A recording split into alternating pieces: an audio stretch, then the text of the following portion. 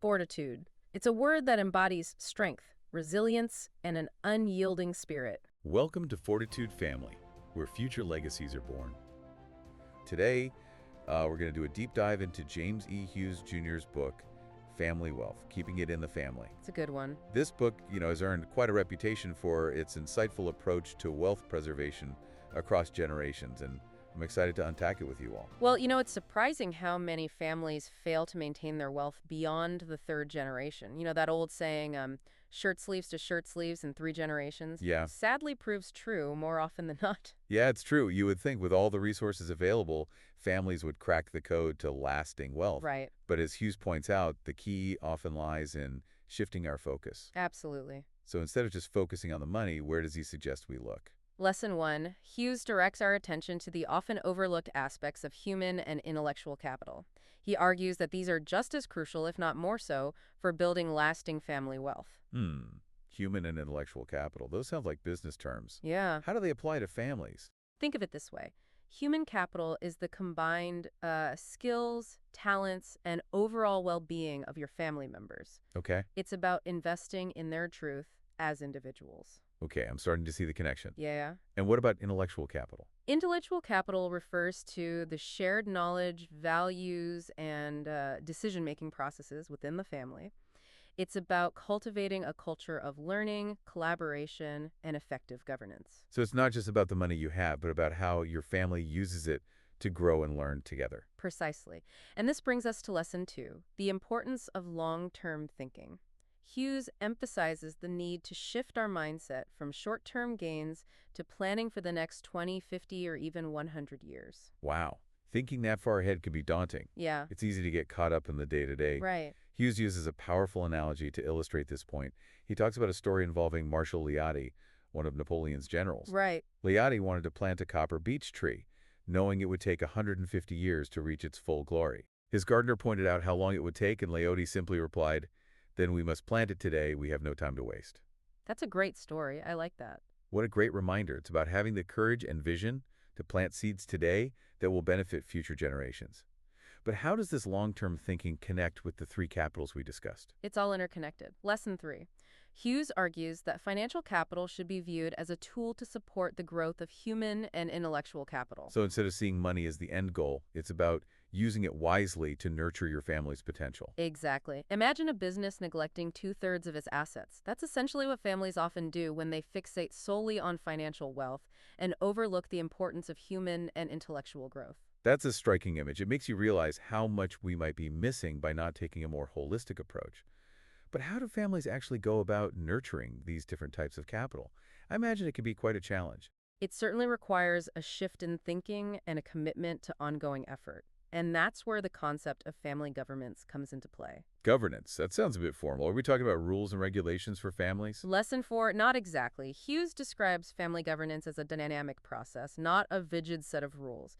It's about creating a framework for decision-making and navigating challenges together as a family. So more like establishing a shared vision and a way to work together towards it. That's a great way to put it. He uses the analogy of a newly formed family unit evolving into a complex system over time.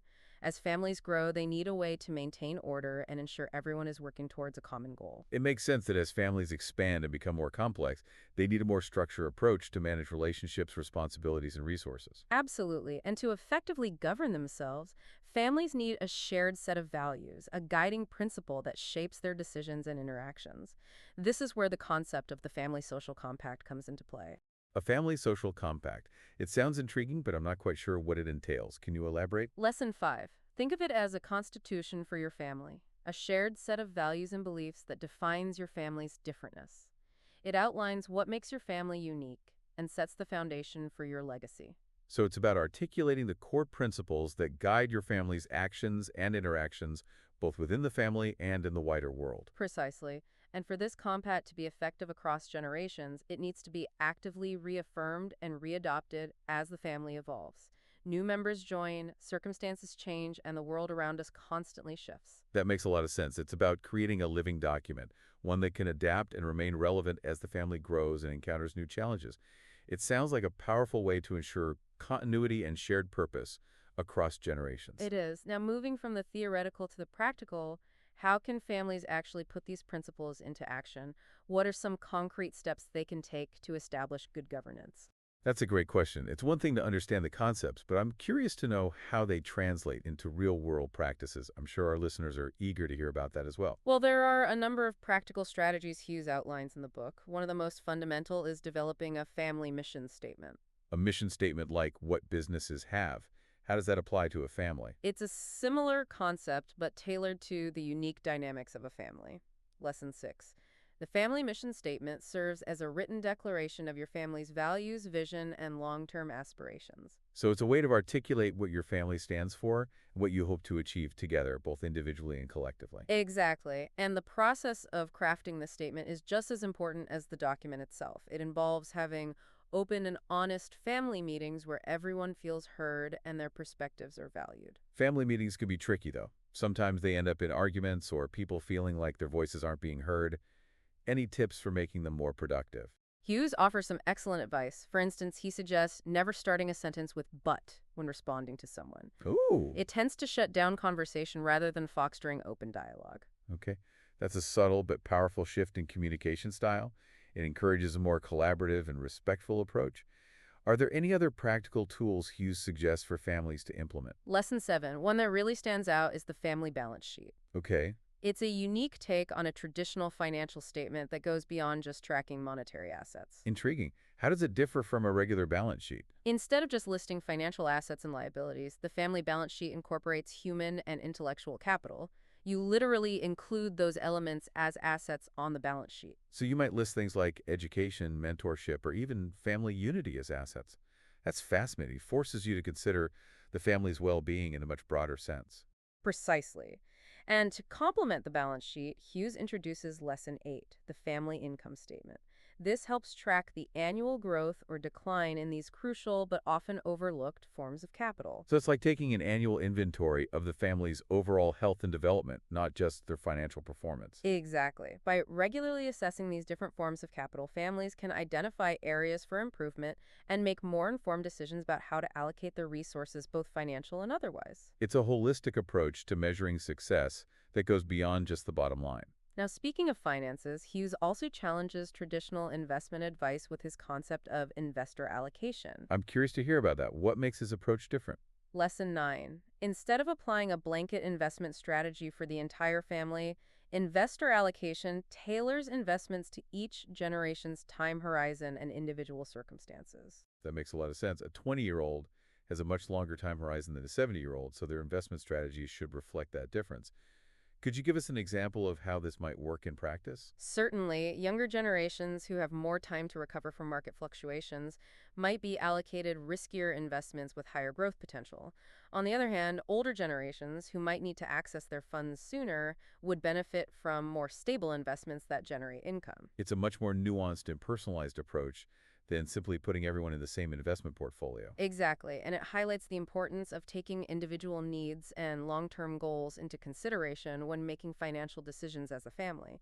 Another innovative practice Hughes advocates for is hat work. Hat work, that sounds intriguing. What does that entail? Lesson 10. The idea is to use hats as visual representations of different roles within the family system. Okay. For example, you might have a hat for parent, a hat for business owner, a hat for beneficiary, and so on. So family members can literally put on different hats to step into those roles and better understand the perspectives and responsibilities associated with each one. Precisely. It's a fun and engaging way to improve communication, empathy, and role clarity within the family.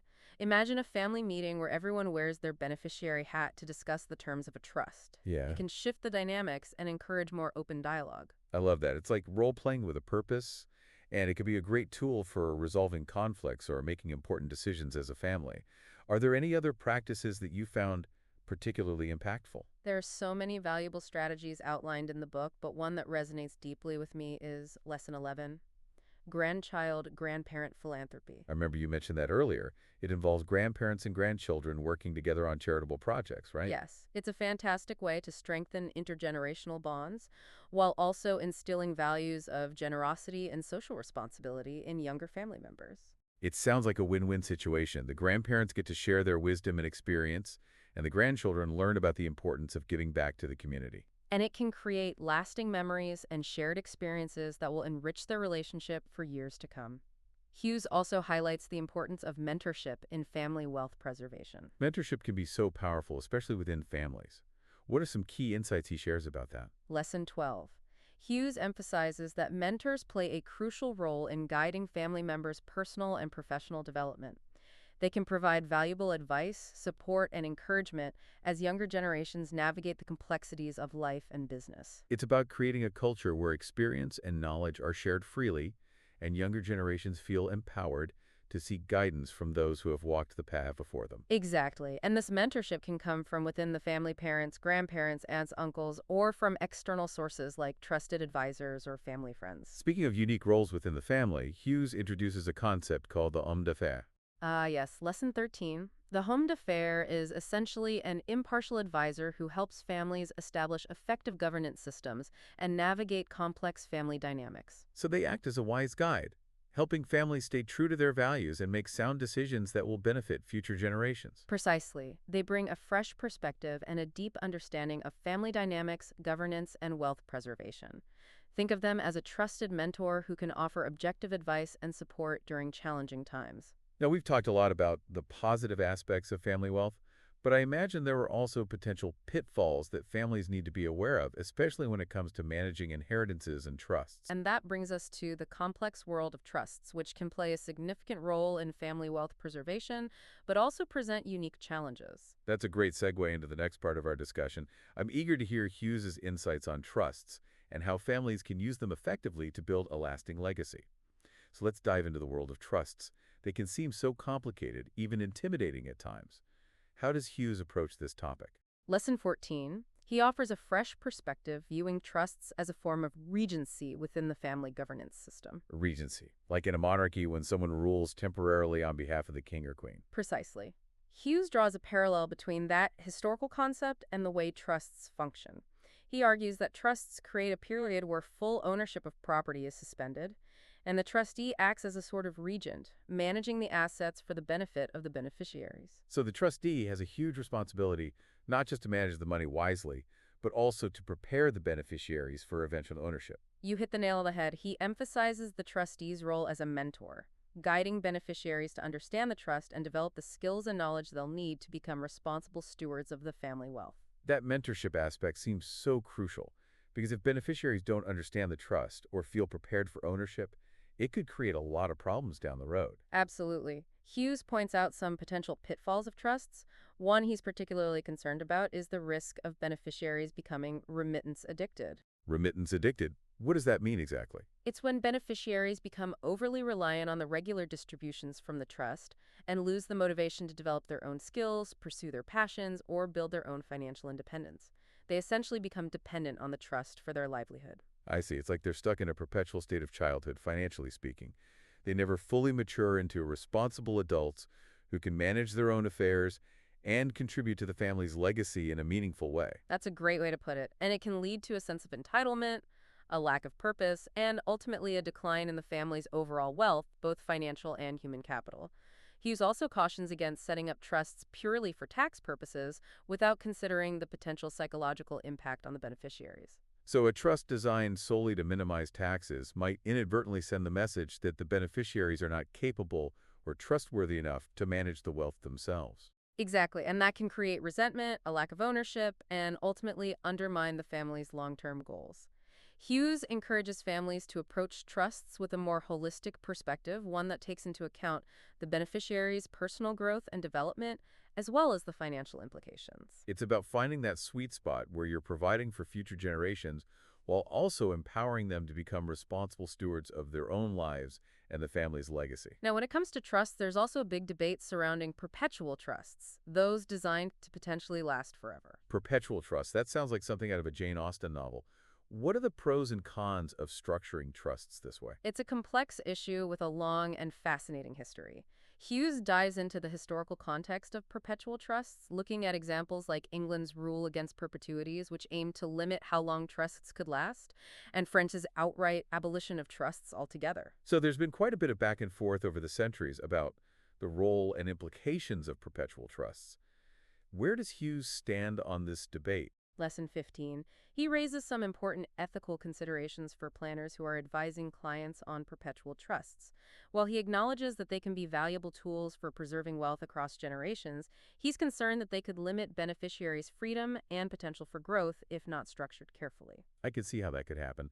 If beneficiaries know the trust will never be theirs to control, it might discourage them from taking initiative, developing their entrepreneurial spirit, or making their own mark on the world. It could create a sense of complacency or even apathy. That's the danger. Hughes argues that perpetual trusts, if not designed with the beneficiary's development in mind, could inadvertently foster a sense of entitlement and stifle their motivation to achieve their full potential.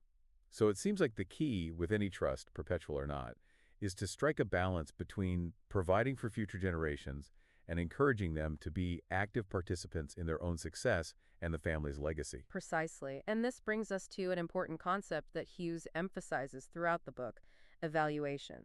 Evaluation. What kind of evaluation are we talking about here? Lesson 16. He encourages families to regularly assess their progress, not just in terms of financial performance, but also in terms of human and intellectual capital growth. Are they living up to their mission statement? Are they effectively using their governance systems? Are they nurturing the talents and passions of each family member? It's like taking a pulse check on the overall health and well-being in the family system. It ensures they're staying on track with their long-term goals and making adjustments as needed. Exactly. And when it comes to evaluating the third generation's readiness to take on leadership roles, Hughes provides a whole list of thought-provoking questions. What kind of question? Is it all about financial acumen? It goes far beyond that. He asks things like, what are their unique talents and passions? How do they contribute to the family and the community? Are they demonstrating a commitment to lifelong learning? Can they balance their own ambitions with the needs of the family as a whole? Are they able to handle conflict constructively? Those are excellent questions. It really highlights how Hughes's approach is so much more than just about money.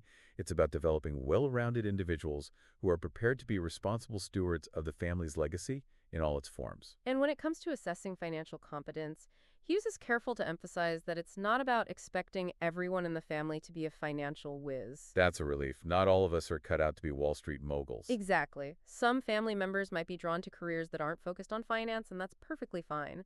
The key is to determine what level of financial competence is appropriate for each individual based on their passions and their role within the family. It's about empowering everyone to make sound financial decisions regardless of their chosen career path.